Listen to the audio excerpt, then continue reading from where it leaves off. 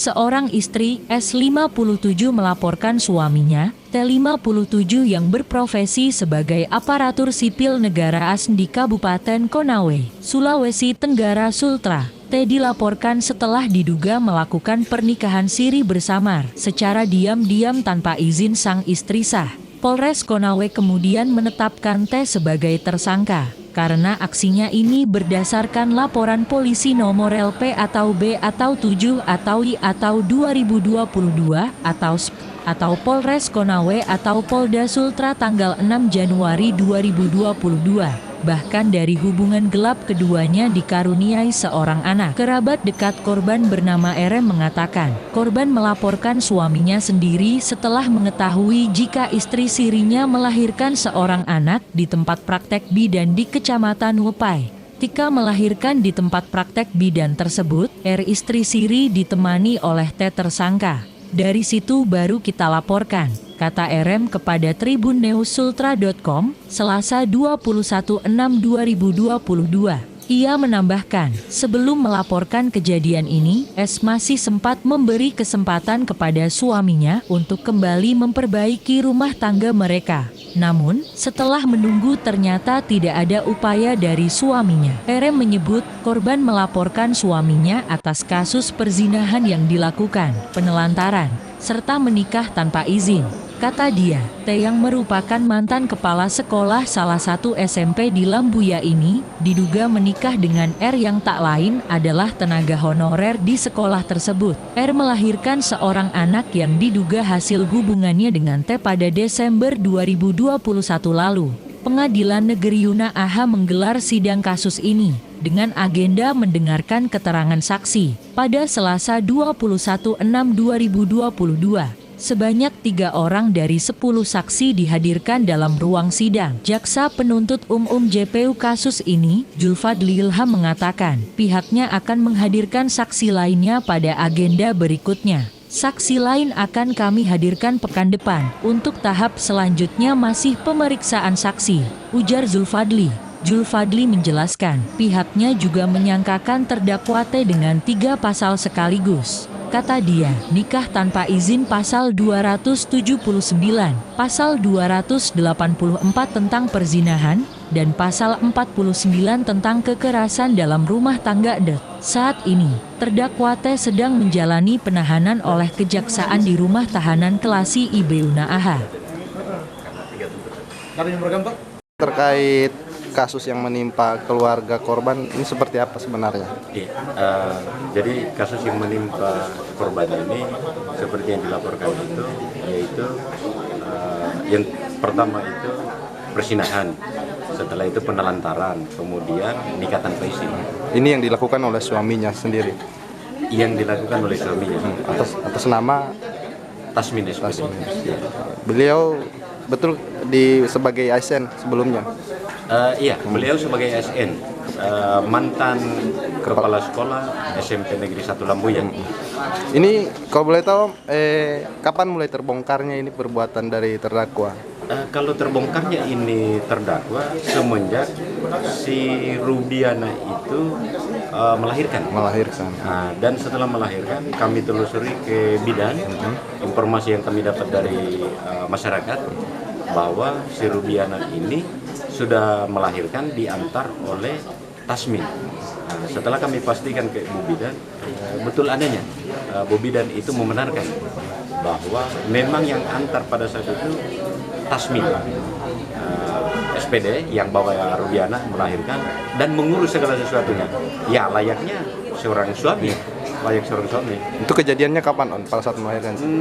Kejadiannya itu sekitar Desember, tanggalnya saya kurang tahu. 2021. Desember 2021.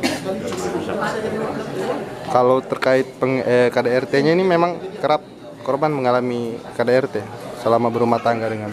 Kalau KDRT ini kan yang dilaporkan saya punya kakak misalnya. Ini kan semenjak dia meninggalkan rumah.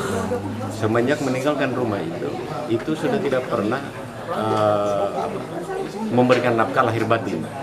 Tapi tadi sudah sempat dibantah oleh terdakwa bahwa pernah memberikan nafkah berupa kayak semacam sembako, apa, ya. Tapi ke istrinya baik lahir dan batin itu sudah tidak ada. Seperti itu.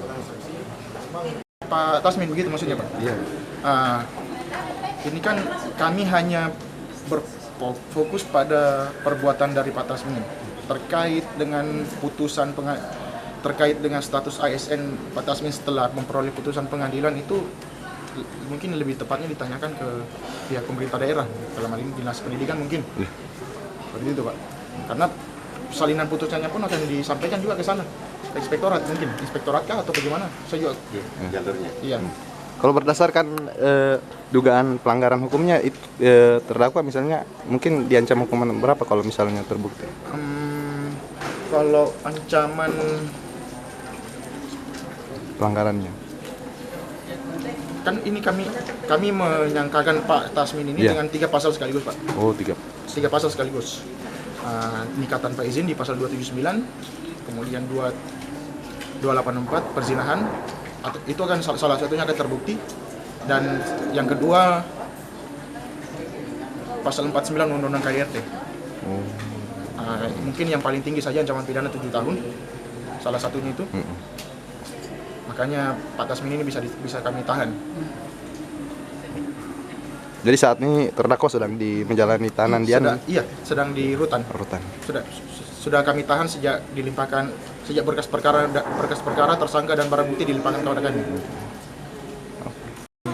Setelah kami teliti berkas perkara maupun setelah sidang sampai dengan sekarang ini.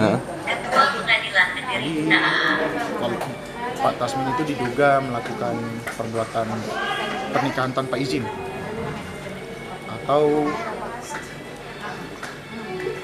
perbuatan zina, dan diduga juga melakukan perbuatan penelantaran yang diatur di pasal 49 Undang-Undang KDRT. Terdakwa ini ASN Bagaimana? ASN profesinya dia. Terdakwa ini sampai saat ini masih ASN, dan sebelum adanya kasus ini, beliau terakhir menjabat sebagai kepala sekolah SMP 1 Lambuya. Kalau dari pelapor sendiri sebenarnya tuntutannya di sini sebagai bagaimana? Kami kalau untuk tuntutan pelapor kami tidak sampai ke situ ya. Karena urusan kami kan terkait hukum saja. Perbuatan apa yang dilanggar, perbuatan itulah yang harus kami buktikan. Kan perbuatan apa yang diduga dilanggar oleh terdakwa, perbuatan itulah yang harus kami buktikan. Kalau terkait dengan keluarga korban maupun bagaimana, ya kami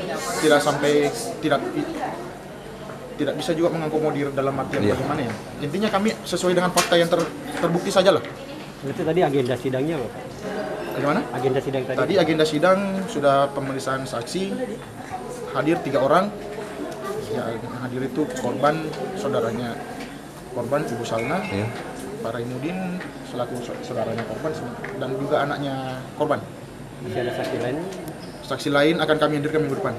Berarti masih tahap sidang? Masih untuk tahap selanjutnya masih pemeriksaan saksi. Berapa kali sidang? Belum tahu nanti. Nanti. Masih lihat perkembangannya lagi.